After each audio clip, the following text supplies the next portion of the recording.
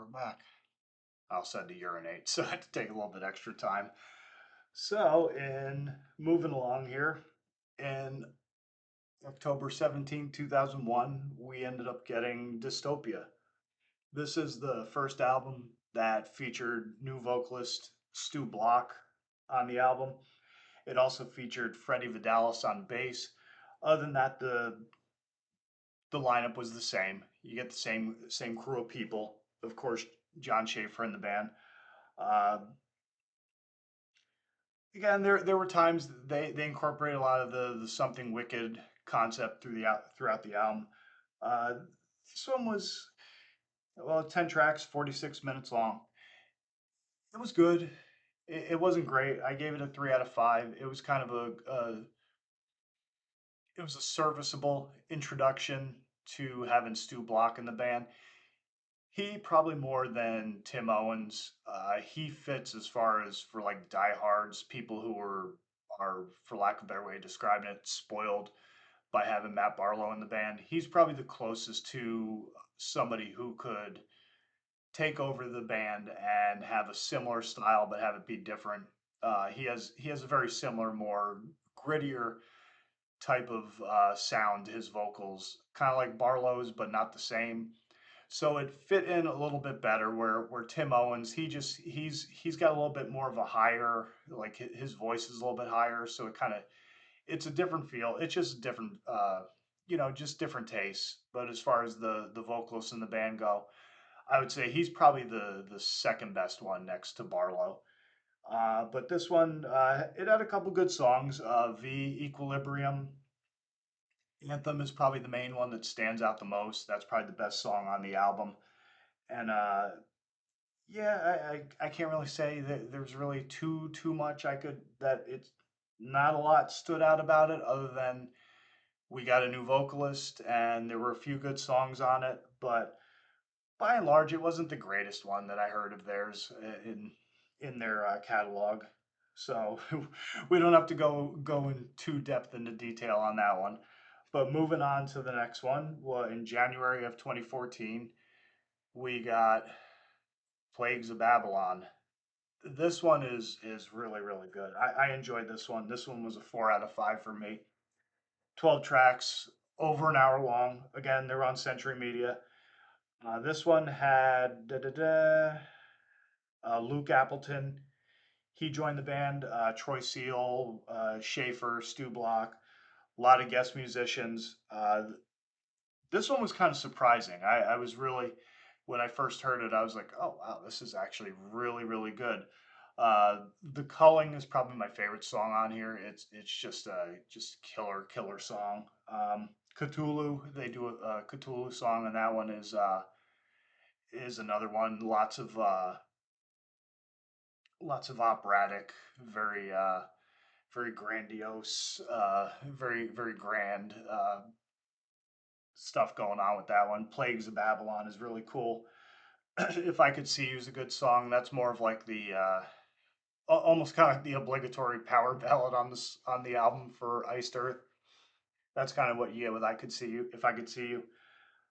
Highwaymen's a cool song. It's a cover. I'm not really familiar with who the artist was that they covered, and what was notable at it is they had I want to say the vocalist from Blind Guardian was on it, but they also had Michael Poulsen from Volbeat, which is kind of funny because when I first listened to the song and then I heard a couple more times, I was listening to it a couple more times over. It's like, oh, that's a really cool song.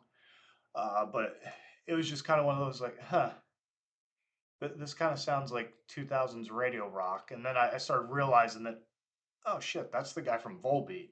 So it's pretty cool.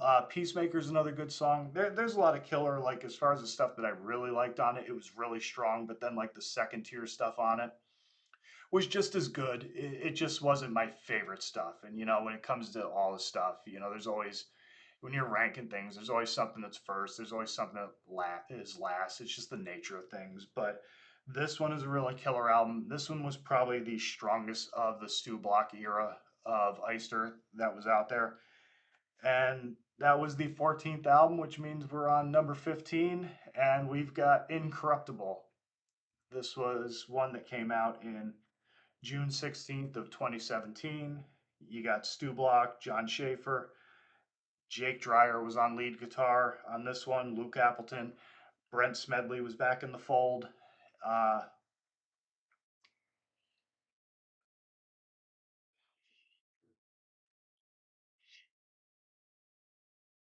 Try not to be too harsh and critical of stuff, but this one is definitely this one was probably the weakest one of all the albums of theirs that I'd heard. Um, it had a couple good songs. Raven's Wings was really good. The Veil was pretty good. Clear the Way. But by and large, it was just kind of like a miss for me. I didn't really enjoy this one all that much. So there's really not much to talk about. It's unfortunate because they kind of like that was the last album they ever recorded, other than the re-recordings with the Tim Owens on Hell Rider, and then the Narrative Soundscape. And I already mentioned what I thought of those. So it's kind of like they just kind of like hit a they just kind of hit a low point towards the end there. And then all the controversies happen that I'm not going to talk about.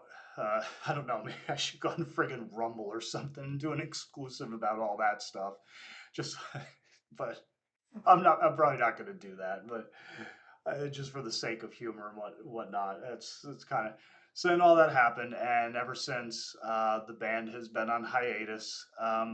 A little bit of John Schaefer has been in protective custody, awaiting sentencing for all the stuff he got involved with, and that's pretty much that is that is their discography. So now, drum roll please.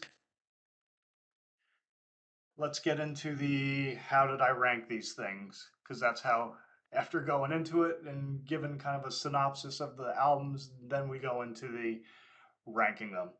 So like I said, Narrative Soundscape, that's to me is the worst one. I just had no use for that. It wasn't obvious. Incorruptible comes up next on the list. Dystopia probably after that. Burnt Offerings, I would say, is probably next. It was a good introduction to Matt Barlow, but again, it was not a strong showing. Kind of like Dystopia.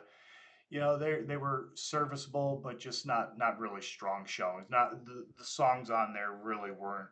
It wasn't a strong album. There was a couple good tracks here and there, but by and large, it was just like meh.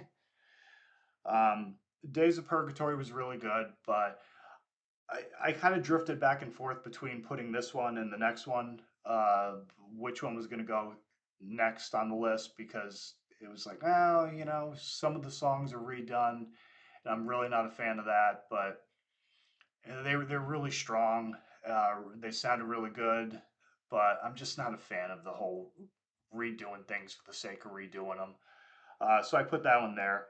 And then the self-titled Iced Earth came next. And after that, I'd say Tribute to the Gods was probably my next one. Night of the Storm Rider. It's just a classic album. Just classic Iced Earth. Some of their earliest and best tracks that you can find of theirs are come off that album. Definitely the vocals on it are a lot better than the first album. It's just, I don't know. Gene Adam just has kind of like a flat voice, and they had a bit of an upgrade with Greeley, so that's what I thought of that one. Then next, I would probably say you have to go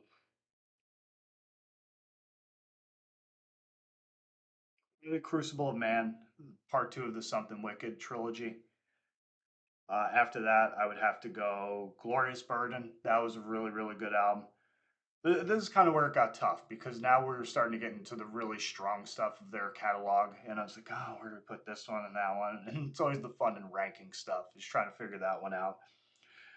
But after Glorious Burden, I went with part one, Framing Armageddon.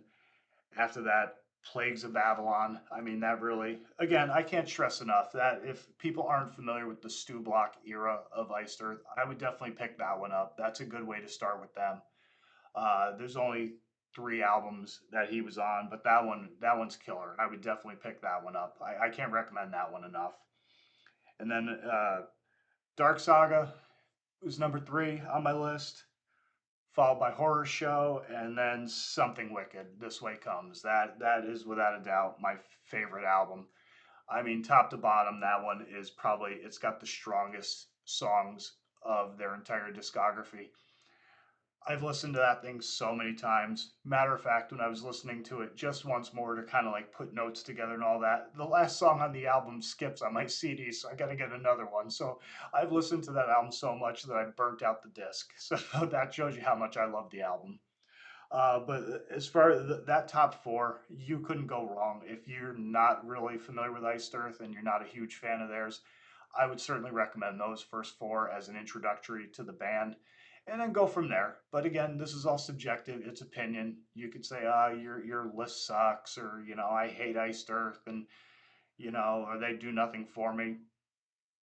It's actually kind of funny because after all the controversies with John Schaefer, I guess some guy put a band together called Flattened Earth, and it was like a parody band. And then you see other people. Like I saw a video where somebody was trashing someone who's a content creator on YouTube that I'm familiar with, and he had a video where he was trashing Iced Earth and saying how untalented they were and Matt Barlow sucks and all that.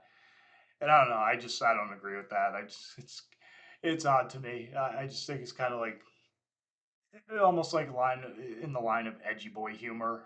It's like, okay, that's you're just being inflammatory for the sake of it, but that could be the dude's opinion overall of the band. But I like them. I enjoy them. That would be what I'd recommend. And yeah, that's pretty much that. I mean, this was an exhaustive one. I hope people sit through it. I doubt that many people are going to sit through probably a near hour long odyssey into the escapades of Iced Earth, but I hope you enjoy it. I hope you watch this, and let me know what you think. If anybody's familiar with them, what their favorite is, the tracks, or the albums, era of the band, all that sort of stuff. All the conversations welcome. And again, please, all I ask is that let's try to keep the political stuff out of it. I don't mind talking politics with people, but I would prefer to talk with people who I know in the real world, in real life, or if I'm familiar with them enough to where I correspond with them privately. I could share my opinions on the phone or emails and all that sort of stuff with people that I don't know, who I don't have direct contact with all the time. But beyond that, just getting into pissing contests online, one way or the other, I'm just not interested. And it's not worth anybody's time and effort and energy, getting yourselves all stressed out and all that sort of stuff. It's just not worth it to me. That's just my personal opinion. We all have our opinions. We're all welcome to them.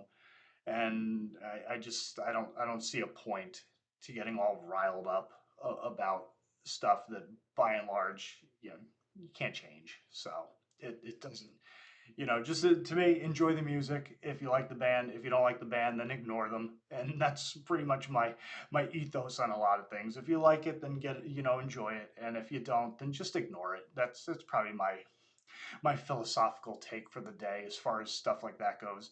But anyhow, hope everybody enjoyed this one. And as always, stay sick, stay heavy, stay brutal. Always tuck your chin upon impact. Don't forget to breathe.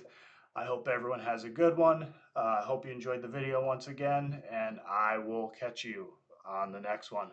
Later.